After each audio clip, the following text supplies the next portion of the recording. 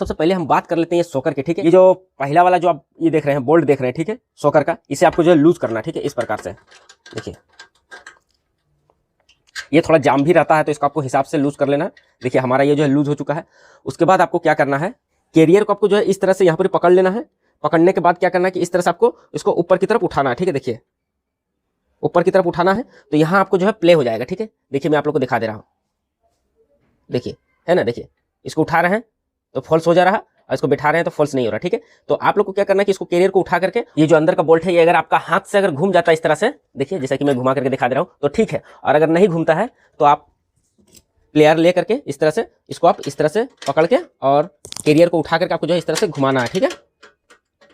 देखिए देखिए ये भी हमने टाइट कर दिए हैं। अब ना ही सोकर को हम साइकिल को उठा करके देख रहे हैं, ना ही सोकर कोई आवाज कर रहा है, और ना ही सोकर आपका प्ले बता रहा है। पूरा सही तरीका से एकदम टाइट हो चुका है, ठीक है।